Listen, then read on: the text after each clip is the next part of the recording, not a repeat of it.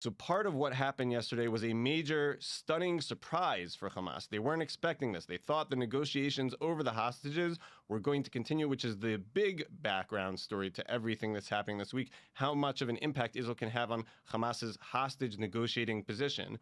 But what is going to happen next right now? So it appears right now that we're going through a staged escalation, right? Israel has been talking for the last month or so about that it would go back into Gaza, maybe invading the entire Gaza Strip almost simultaneously or rapidly, not the same way that we saw the war develop in 2023, 2024, which was very staged. First, northern Gaza, months later, Khan Yunis, months later, Rafah. So a much bigger invasion. Actually, what we're seeing so far is more of the same, all right? Starting with airstrikes, and only if the airstrikes don't work to convince Hamas to change its position, then maybe we might move into an invasion. Would that invasion also be a slow, gradual invasion like we saw last year, or would it be a larger invasion? That is still an open question. But one reason it does not seem like we're going to see a major invasion, at least today, is the reserves haven't been called up. You can't do a major invasion without the reservists. Israel has a small standing army.